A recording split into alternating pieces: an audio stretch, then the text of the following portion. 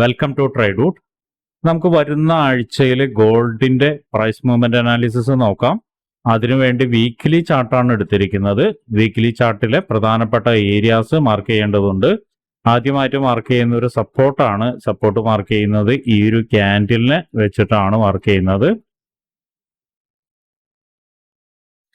ഇനി അടുത്ത് മാർക്ക് ചെയ്യുന്ന റെസിസ്റ്റൻസ് ആണ്. റെസിസ്റ്റൻസ് കഴിഞ്ഞ 3 വീക്കിൽ റിജക്ഷൻ തന്ന ഏരിയ, അതായത് വിക്ക് റിജക്ഷൻ തന്ന ഏരിയനെയാണ് റെസിസ്റ്റൻസ് ആയിട്ട് മാർക്ക് ചെയ്യുന്നത്.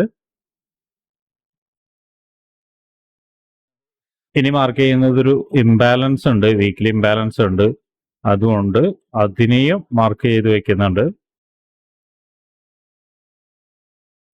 ഇത്രയാണ് പ്രധാനപ്പെട്ട ഏരിയാസ് മാർക്ക് ചെയ്യുന്നത്. ഇനി വീക്ക്ലിയിൽ നോക്കിയാൽ കുറച്ച് കാര്യങ്ങൾ നമുക്ക് മനസ്സിലാവും. ഒന്ന്, മുൻപെല്ലാം പറഞ്ഞ പോലെ തന്നെ മാർക്കറ്റ് നല്ലൊരു സ്ട്രക്ചർ ഷിഫ്റ്റ് തന്ന ഒരു ഏരിയ എന്ന് പറയുന്ന ഏരിയയും കൂടിയുണ്ട്. ഇവിടെയാണ് മാർക്കറ്റ് ബ്രേക്ക് ചെയ്ത് പിന്നെ ഒരു റീടെസ്റ്റിന് വേണ്ടിയിട്ട് 3 ആഴ്ചയായിട്ട് നിന്നിട്ടുണ്ട്. 3 ആഴ്ചയായിട്ടും മുകളിൽ നിന്നുള്ള പ്രഷർ കാരണം താഴോട്ടേക്ക് ഇറങ്ങിയിട്ടുണ്ട്. താഴോട്ടേക്ക് ഇറങ്ങിയിട്ട് റീടെസ്റ്റ് നടത്തിയിട്ടുണ്ട്. പക്ഷെ എന്നാൽ പോലും ഇവിടെ ഒരു വീക്കിലി നോക്കുന്ന സമയത്ത് ഒരു ഇംബാലൻസ് ക്രിയേറ്റ് ചെയ്തിട്ടാണ് നിൽക്കുന്നത്. അപ്പൊ അതുകൊണ്ട് ഈ വീക്കിൽ വരാനുള്ള കുറച്ച് പ്രധാനപ്പെട്ട ഏരിയാസ് ഒന്ന് മാർക്ക് ചെയ്യാം. അതിൽ ഒന്നാമത്തെ ഏരിയ എന്ന് പറഞ്ഞാൽ ഈ ഒരു ക്യാൻഡിലിന്റെ ലോയാണ്. ഈ ക്യാൻഡിൽ 2 ആഴ്ച മുൻപുള്ള ക്യാൻഡിലാണ്. ആ ക്യാൻഡിലിന്റെ ലോ കഴിഞ്ഞതിന് ശേഷമാണ് ഇംബാലൻസ് കിടക്കുന്നത്. ഇന്നലെ തൊട്ടടുത്ത് വന്നിട്ട് മാർക്കറ്റ് നല്ല സ്ട്രോങ് ആയിട്ട് മുകളിലോട്ട് കയറി പോയിട്ടുണ്ട്. എനിവേ അടുത്ത വീക്കിലും അത് എക്സ്പെക്ട് ചെയ്യുന്നുണ്ട്. കാരണം ഈ ഒരു ലോയിനെ ബ്രേക്ക് ചെയ്ത് ഇംബാലൻസിലേക്കോ അല്ലെങ്കിൽ സപ്പോർട്ടിലേക്കോ വരാനുള്ള ചാൻസ് ഉണ്ട് എന്നുള്ളത് എക്സ്പെക്ട് ചെയ്യുന്നുണ്ട്. അങ്ങനെ ഒരു ചാൻസ് വന്നു കഴിഞ്ഞാൽ നെക്സ്റ്റ് വീക്കിൽ ഇവിടെ നിന്ന് നമുക്കൊരു ബൈ എൻട്രി നോക്കാം. ആ ബൈ എൻട്രി നോക്കാനുള്ള ഏരിയാസ് എന്തൊക്കെയാന്നുള്ളത് അറിയാൻ വേണ്ടിയിട്ട് നമുക്ക് ചെറിയ ടൈം ഫ്രെയിമിലേക്ക് പോകേണ്ടതുണ്ട്. ആദ്യമായിട്ട് പോകുന്നത് 1 ഡേ ചാർട്ടിലേക്കാണ്. 1 ഡേ ചാർട്ടിൽ നോക്കുന്ന സമയത്ത് നമ്മൾ നേരത്തെ വരച്ച വീക്കിലി സപ്പോർട്ടിന്റെ ഉള്ളിൽ ക്ലിയർ ആയിട്ടുള്ള മറ്റൊരു സപ്പോർട്ട് ഏരിയയും കൂടിയുണ്ട്. ഇതൊരു സപ്പോർട്ട് ഏരിയ ആണ്. നോക്കിയാൽ കാണാം പല തവണ ഈ ഏരിയയിൽ നിന്ന് മാർക്കറ്റ് വന്നിട്ട് മുകളിലോട്ട് പോയിട്ടുണ്ട്. അപ്പോൾ ഇതിനെ ഒരു സപ്പോർട്ട് ഏരിയ ആയിട്ട് എടുക്കുന്നുണ്ട്.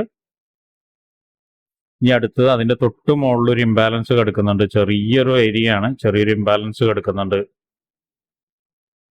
അപ്പൊ ഇത്രയാണ് ഇവിടെ താഴെ നിന്ന് നോക്കുമ്പോൾ ഉള്ളത്. പിന്നെ മറ്റൊന്ന് എന്ന് പറയുന്നത് ഈ ഒരു ഏരിയ ആണ്. നമ്മൾ നേരത്തെ വരച്ച ഇംബാലൻസ് ഏരിയയിൽ സപ്പോർട്ടും കൂടിയുണ്ട്.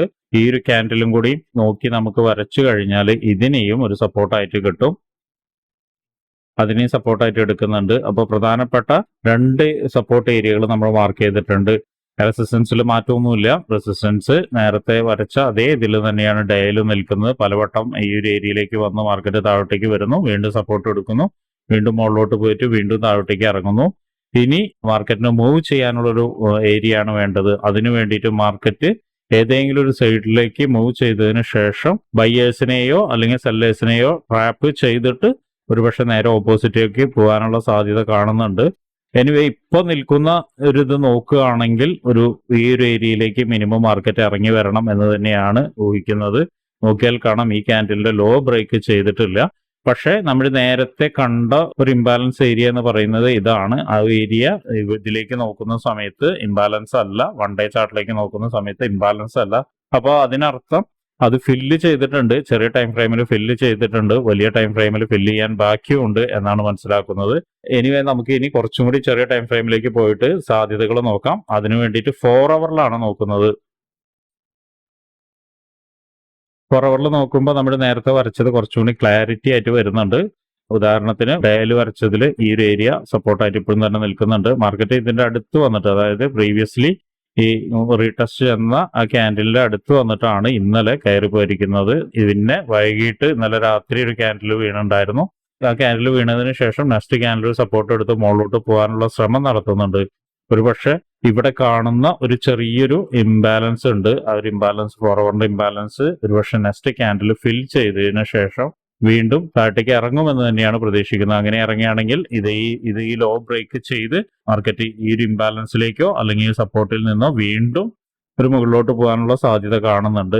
പക്ഷെ അത് ബ്രേക്ക് ചെയ്ത് കഴിഞ്ഞാൽ, ഈ പറഞ്ഞ ഏരിയ ബ്രേക്ക് ചെയ്ത് കഴിഞ്ഞാൽ ഇപ്പോൾ വരച്ചിരിക്കുന്ന ലൈനിന്റെ താഴെ ഒന്നുകൂടി ഇറങ്ങിയിട്ട് ഇംബാലൻസിലേക്കോ സപ്പോർട്ടിലേക്കോ വരാനുള്ള സാധ്യത ഉണ്ട്. പ്രോബബ്ലി ഈ ഒരു ഇംബാലൻസിലേക്ക് വന്നതിന് ശേഷമായിരിക്കും ഒരു മുകളിലോട്ട് പോകുന്നത്. പക്ഷെ വിത്ത് കൺഫർമേഷനോട് കൂടി മാത്രമേ എൻട്രി എടുക്കാൻ പറ്റുള്ളൂ. അപ്പോൾ ബ്രേക്ക് ചെയ്യുന്ന ഏരിയാസ് അല്ലെങ്കിൽ പ്രധാനപ്പെട്ട സപ്പോർട്ട് ആൻഡ് റെസിസ്റ്റൻസ് എല്ലാം മാർക്ക് ചെയ്ത് വെക്കുക. എന്നിട്ട് ലൈവ് മാർക്കറ്റിൽ ഇരുന്നിട്ട് അതിന്റെ മൂവ്മെന്റ് എങ്ങനെയെന്നുള്ള ഐഡന്റിഫൈ ചെയ്ത് ഒരു കൺഫർമേഷൻ എടുത്തതിന് ശേഷം മാത്രം ട്രേഡ് എടുക്കുക. അങ്ങനെ എടുക്കുമ്പോഴാണ് സക്സസ് റേറ്റ് കൂടുതലാവുന്നത്. ഇപ്പോൾ ഈ ആഴ്ച നോക്കുന്ന സമയത്ത് ആദ്യത്തെ 1-2 ദിവസം ഒന്ന് മാർക്കറ്റ് താഴോട്ടേക്ക് ഇറങ്ങാം. മാർക്കറ്റ് താഴോട്ടേക്ക് ഇറങ്ങിയതിന് ശേഷം ഈ ഏരിയയിൽ നിന്നോ അല്ലെങ്കിൽ ഈ ഏരിയയിൽ നിന്നോ ഒരു സപ്പോർട്ട് എടുത്തിട്ട് മുകളിലോട്ട് പോകാനുള്ള സാധ്യതയാണ് കാണുന്നത്. കാരണം ഇത്രയും സ്ട്രോങ് ആയിട്ടുള്ള റെസിസ്റ്റൻസ് ഉണ്ടാവുന്നിടത്തോളം കാലം അതിനെ ബ്രേക്ക് ചെയ്യണമെങ്കിൽ ബയേഴ്സിന്റെ സ്ട്രോങ് പ്രസൻസ് വേണം. ഈ ഒരു ഏരിയയിൽ, അതായത് മാർക്കറ്റ് ഇന്നലെ തിരിച്ചു കയറിപ്പോയ ഏരിയയിൽ ബയേഴ്സ് ഉണ്ട്, പക്ഷെ അത് എത്രത്തോളം സ്ട്രോങ് ആണെന്നുള്ളത് ഇപ്പോഴും പറയാനായിട്ടില്ല. കാരണം എന്താണെന്ന് വെച്ചിട്ടുണ്ടെങ്കിൽ ഈ സെല്ലിംഗ് ക്യാൻഡിലിന്റെ ഒരു കണ്ടിന്യൂവേഷൻ കിട്ടാനുള്ള സാധ്യത കാണുന്നുണ്ട്. അത് വന്ന് ടെസ്റ്റ് ചെയ്തതിന് ശേഷം മാത്രമേ നമുക്ക് പറയാൻ പറ്റുള്ളൂ ഇത് സ്ട്രോങ് ആണോ വീക്ക് ആണോ എന്നുള്ളത്. അപ്പൊ അതുകൊണ്ടാണ് ഇങ്ങനെയുള്ള ഏരിയയിൽ വരുന്ന സമയത്ത് കൺഫർമേഷൻ എടുത്തതിന് ശേഷം മാത്രം ട്രേഡ് എടുക്കുക എന്ന് പറയുന്നത്. ഇനി നമുക്ക് 1 അവറിലേക്ക് പോയിട്ട് കുറച്ചും കൂടി സാധ്യതകൾ നോക്കാം. 1 അവറിലേക്ക് പോകുന്ന സമയത്ത് നമ്മൾ കഴിഞ്ഞ ദിവസങ്ങളിൽ ഡെയിലി അനാലിസിസിലും വീക്ക്ലി അനാലിസിസിലൊക്കെ പറഞ്ഞിരുന്ന ഒരു പ്രധാനപ്പെട്ട ഏരിയ ആയിരുന്നത്. അത് ഏരിയ ഇപ്പോഴും ടെസ്റ്റ് ചെയ്യാതെ നിൽക്കുന്നുണ്ട്. അടുത്തൊരു ഏരിയ ഇതാണ്, അതിന്റെ തൊട്ട് മുകളിൽ വന്നിട്ട് മാർക്കറ്റ് കയറി പോയിട്ടുണ്ട്. അപ്പൊ ഈ 2 ഏരിയ ഇപ്പോഴും നോട്ട് ചെയ്ത് വെക്കുക.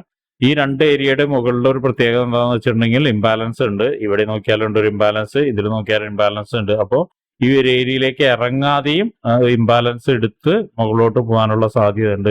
അപ്പൊ എന്ത് തന്നെയായാലും ഈ ആദ്യത്തെ ഏരിയ ബ്രേക്ക് ചെയ്തിട്ടുണ്ടെങ്കിൽ, പ്രത്യേകിച്ചും ഈ ലോയിനെ ബ്രേക്ക് ചെയ്ത് വരികയാണെങ്കിൽ ഇംബാലൻസിന് ഒരു വാല്യൂ കൊടുക്കുക. വാല്യൂ എന്ന് പറയുന്നത് വെയിറ്റ് ചെയ്യാനുള്ള ക്ഷമയെ അല്ലെങ്കിൽ ഡിസിപ്ലിനെയാണ് പറയുന്നത്. അവിടെ നിന്നൊരു കൺഫർമേഷൻ കിട്ടുകയാണെങ്കിൽ നിങ്ങൾക്ക് എന്ത് ചെയ്യാം, മുകളിലോട്ട് എൻട്രി എടുക്കാം. പക്ഷെ അപ്പോഴും ശ്രദ്ധിക്കേണ്ട ഒരു കാര്യം പറഞ്ഞിട്ടുണ്ടായിരുന്നു മുൻപും, ഈ ഒരു ക്യാൻഡിലൊക്കെ വന്നു കഴിഞ്ഞാൽ, ബ്രേക്ക് ചെയ്ത് കഴിഞ്ഞാൽ ഒരു മേജർ ടൈം ഫ്രെയിമിലുള്ള ഷിഫ്റ്റിംഗ് ആണ് വരുന്നത്. അപ്പോൾ ഷിഫ്റ്റിംഗ് വന്നു കഴിഞ്ഞു കഴിഞ്ഞാൽ മാർക്കറ്റ് ഇവിടെ വന്ന് ഒരു എൻട്രി നിങ്ങൾ എടുക്കുകയാണെങ്കിൽ പോലും ഒരു സ്ട്രക്ചർ ക്രിയേറ്റ് ചെയ്തിട്ടുണ്ടെങ്കിൽ, ഉദാഹരണത്തിന് ഇവിടെ ഒരു സ്ട്രക്ചർ ക്രിയേറ്റ് ചെയ്തിട്ടുണ്ടെങ്കിൽ ആ ഒരു സ്ട്രക്ചറിലേക്ക് റീടെസ്റ്റ് വരുന്ന സമയത്ത് ഒരു പക്ഷേ സെല്ലിംഗ് പ്രഷർ ഉണ്ടാവും. അപ്പൊ അങ്ങനെ സെൽ എൻട്രി എടുക്കാവുന്നതാണ്. അത് തന്നെയാണ് ഈ താഴത്തുള്ള ഏരിയയും. ഈ താഴത്തുള്ള ഏരിയയിൽ നേരത്തെ പറഞ്ഞ പോലെ തന്നെ നോക്കുക, ബ്രേക്ക് ചെയ്ത് കഴിഞ്ഞ് വന്നതിന് ശേഷം ക്ലിയർ ആയിട്ട് ഇവിടെ നിന്ന് സപ്പോർട്ട് കിട്ടുന്നുണ്ടെങ്കിൽ നിങ്ങൾക്ക് ഒരു ബൈ എൻട്രി എടുക്കാം. അല്ല മുകളിലോട്ട് പോയി മുകളിൽ നിന്നൊരു വീക്ക്നെസ് കാണിക്കുകയാണെന്നുണ്ടെങ്കിൽ നിങ്ങൾക്ക് ഒരു സെൽ എൻട്രി എടുക്കാം. എന്തായാലും ഏരിയാസ് മാർക്ക് ചെയ്ത് വെക്കുക, ഏരിയാസിൽ വരുന്ന റിയാക്ഷൻസ് നോക്കുക. മിക്ക സമയത്തും ഇങ്ങനെയുള്ള ഏരിയാസിൽ ഒരു സ്കാൽപ്പിംഗ് ഓപ്പർച്യൂണിറ്റി ഡെഫിനറ്റ്ലി കിട്ടാറുണ്ട്. അപ്പൊ ഇത് ഹയർ ടൈം ഫ്രെയിമിന്റെ ആയതുകൊണ്ട് ഒരു പക്ഷേ 100 പിപ്പ് 120 പിപ്പ് ഒക്കെ കിട്ടാറുണ്ട്. അപ്പൊ ആ ഒരു ഇതിന് വേണ്ടിയിട്ട് വെയിറ്റ് ചെയ്ത് നിന്നാൽ സ്കാൽപ്പിംഗ് ഓപ്പർച്യൂണിറ്റി വരെയെങ്കിലും കിട്ടാനുള്ള സാധ്യത വളരെ കൂടുതലാണ്. ഇനി ഇപ്പൊ കറന്റ്ലി മാർക്കറ്റ് നിൽക്കുന്ന അവസ്ഥയിൽ നോക്കുകയാണെങ്കിൽ, കഴിഞ്ഞ വെള്ളിയാഴ്ച നൈറ്റിൽ കിട്ടിയിരുന്ന ഒരു ബെയറിഷ് വീഴ്ചയിൽ നിന്ന് മാർക്കറ്റ് സപ്പോർട്ട് എടുത്തിട്ടാണ് മുകളിലോട്ട് പോകുന്നത്. ഈ ഒരു ഏരിയനെ കഴിഞ്ഞ അനാലിസിസ് സമയത്തൊക്കെ ശ്രദ്ധിക്കണമെന്ന് പറഞ്ഞിട്ടുണ്ടായിരുന്നു. പിന്നെ വീണ്ടും താഴോട്ടേക്ക് തന്നെ ഇറങ്ങിക്കഴിഞ്ഞാൽ, അതായത് ഈ ഒരു ഏരിയയും കൂടി ബ്രേക്ക് ചെയ്ത് കഴിഞ്ഞാൽ തൊട്ട് താഴെ ഒരു ഇംബാലൻസ് ഉണ്ട്. ഒരുപക്ഷെ ഇവിടെ വന്നതിന് ശേഷം നേരത്തെ പറഞ്ഞ പോലെ സപ്പോർട്ടിലോ അല്ലെങ്കിൽ ഇംബാലൻസിലോ വന്നതിന് ശേഷം ഒരു വലിയ റിജക്ഷൻ ക്യാൻഡിൽ കിട്ടാനുള്ള സാധ്യതയുണ്ട്. അപ്പൊ ആ റിജക്ഷൻ ക്യാൻഡിൽ കിട്ടി ക്ലോസ് ചെയ്യുകയാണെങ്കിൽ റീടെസ്റ്റിന് വരുന്ന സമയത്ത് നിങ്ങൾക്ക് ഇവിടെ നിന്നൊരു എൻട്രി എടുക്കാം. വരച്ചിരിക്കുന്ന എൻട്രി എക്സാക്റ്റ് അല്ല, പക്ഷെ അതൊരു പാത്താണ് പറയുന്നത്. അപ്പോൾ അങ്ങനെയാണ് 1 അവറിൽ കാണുന്നത്. ഇനി സെൽ എൻട്രി എന്ന് പറയുന്നത് ഈ സപ്പോർട്ട് എടുത്തത് കൊണ്ട് തന്നെ ചെറിയൊരു കൺഫ്യൂഷൻ ഉണ്ട്. ഇനി എടുക്കാം എന്ന് ഉണ്ടെങ്കിൽ നമുക്ക് മാർക്കറ്റ് ഇവിടേക്ക് വരുന്ന സമയത്ത്, ഈ ഒരു ക്യാൻഡിലിന്റെ വിക്കിലേക്ക് വരുന്ന സമയത്ത് എൻട്രി പ്ലേസ് ചെയ്യാവുന്നതാണ്. അതും വിക്കിന്റെ ഒരു 50% നോക്കിയാൽ മതി.